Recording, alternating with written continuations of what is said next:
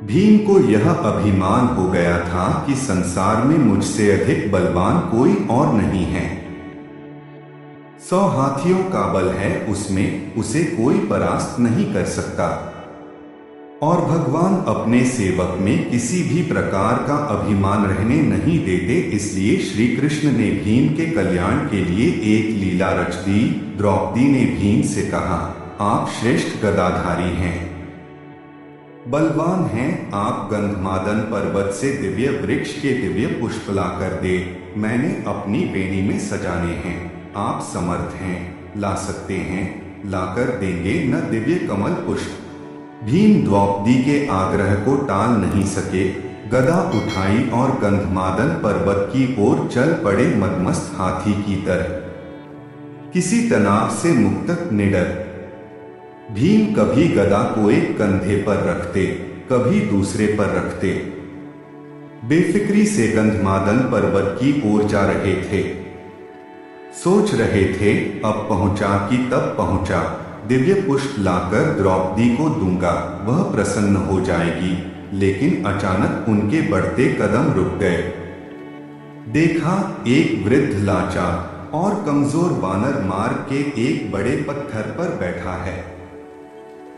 उसने अपनी पूंछ आगे के उस पत्थर तक बिछा रखी है जिससे रास्ता रुक गया है। पूंछ हटाए बिना आगे नहीं बढ़ा जा सकता, अर्थात उस वानर से अपनी पूंछ से मार्ग रोक रखा था। और कोई भी बलवान व्यक्ति किसी को उलांघ कर मार्ग नहीं बनाता, बल्कि मार्ग की बाधा को हटाकर आगे बढ़ता है। बलवान व्यक्ति बाधा सहन नहीं कर सकता, या तो वह बाधा स्वयं हटाता है या उस बाधा को ही मिटा देता है। इसलिए भीम भी रुक गए। जब मद, अहंकार और शक्ति बढ़ जाती है तो आदमी अपने आप को आकाश को छूता हुआ समझता है, वह किसी को खातिर में नहीं लाता। और अत्यधिक निरंकुश शक्ति ही व्यक्ति के विनाश का कारण बनती है। लेकिन श्री कृष्ण तो भीम का कल्याण करना चाहते थे, भीम का विनाश नहीं, सुधार चाहते थे। भीम ने कहा, ऐ वानर, अपने पूंछ को हटाओ, मैंने आगे बढ़ना है। वानर ने देखा, एक बलिष्ठ व्यक्ति गदा उठाए, राजसी वस्त्र पहने, मुकुट धारण किए, बड़े रोग के साथ उसे पूंछ हटाने को कह रहा है। हैरान हुआ, पहचान भी गया। लेकिन चूंकि वह श्री कृष्ण की लीला थी, इसलिए चुप हो गया, भीम के सवाल का जवाब नहीं दिया। भीम ने फिर कहा, वानर, मैंने कहा न कि पूंछ हटाओ, मैंने आगे जाना है, तुम वृद्ध हो इसलिए कुछ नहीं कह रहा। वानर गंभीर हो गया, मन ही मन हंस दिया, कहा, तुम देख रहे हो मैं वृद्ध हूँ, कमजोर हूँ, उठ नहीं सकता, मुझ में इतनी ताकत नहीं कि मैं स्वयं ही अपनी पूंछ हटा लूं। तुम ही कष्ट करो, मेरी पूंछ थोड़ी इधर सरका दो और आगे निकल जाओ।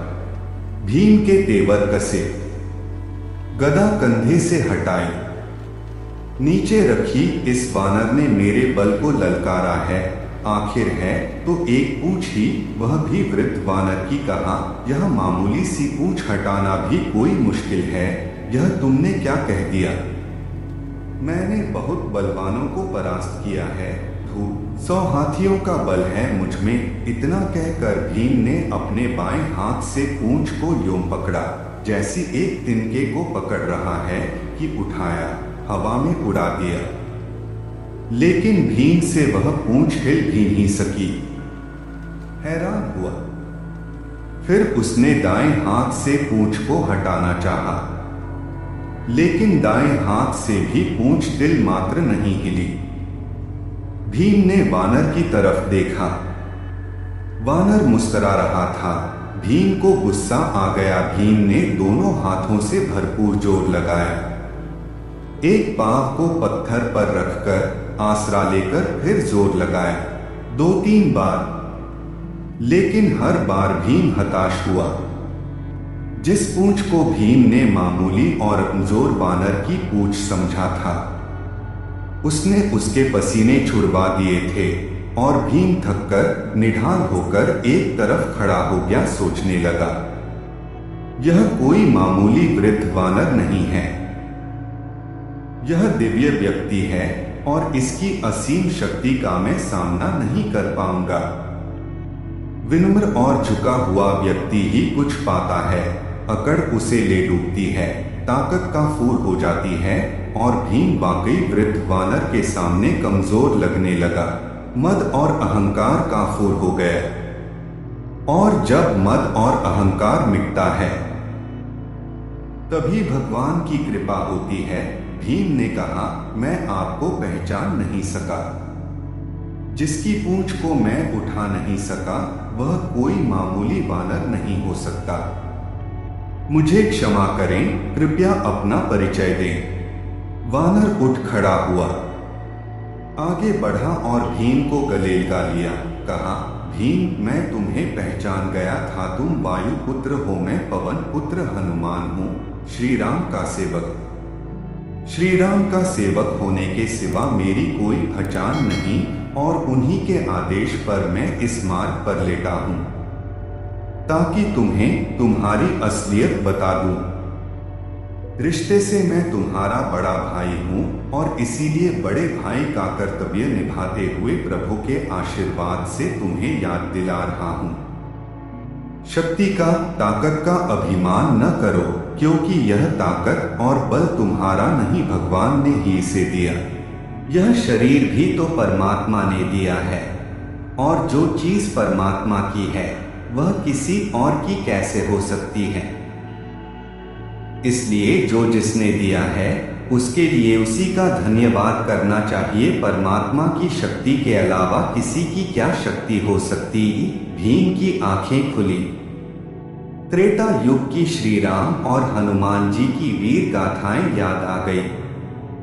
प्रेम से, श्रद्धा से भीम की आंखें भी खुल गई और भावों के इसी प्रवाह में भीम ने हनुमान जी को समुद्र लंघने के समय पर धारण किए गए विशाल रूप का दर्शन कराने का अनुरोध कर दिया, और हनुमान जी ने श्री राम की कृपा से अपना आकार वैसा ही बढ़ाया जैसा उन्होंने 100 योजन समुद्र लांघने के समय धारण किया था। यह देख भीम हैरान रह गया। वह कभी हनुमान जी के चरणों में देखता और कभी उनके आकाश छूते मस्तक को, जिसे वह देख ही नहीं पा रहा था।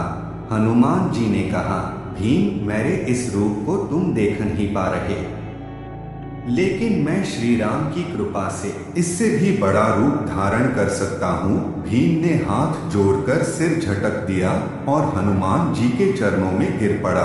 तो दोस्तों, भौतिक पद, प्रतिष्ठा और धन का अभिमान कैसा, ये तो कभी भी नष्ट हो सकते हैं। भौतिक पदार्थ भौतिक सुख ही देते हैं, लेकिन परमात्मा की कृपा तो शाश्वत होती है, जिसे कोई छीन नहीं सकता, चोर चुरा नहीं सकता। आदमी को उसी दायरे में रहना चाहिए जिसमें परमात्मा रखे। परमात्मा की इच्छा के बिना तो पत्ता भी नहीं हिल सकता। इंसान की जिंदगी का क्या भरोसा, किसी भी मोड़ पर 4 कदम की दूरी पर खत्म हो सकती है।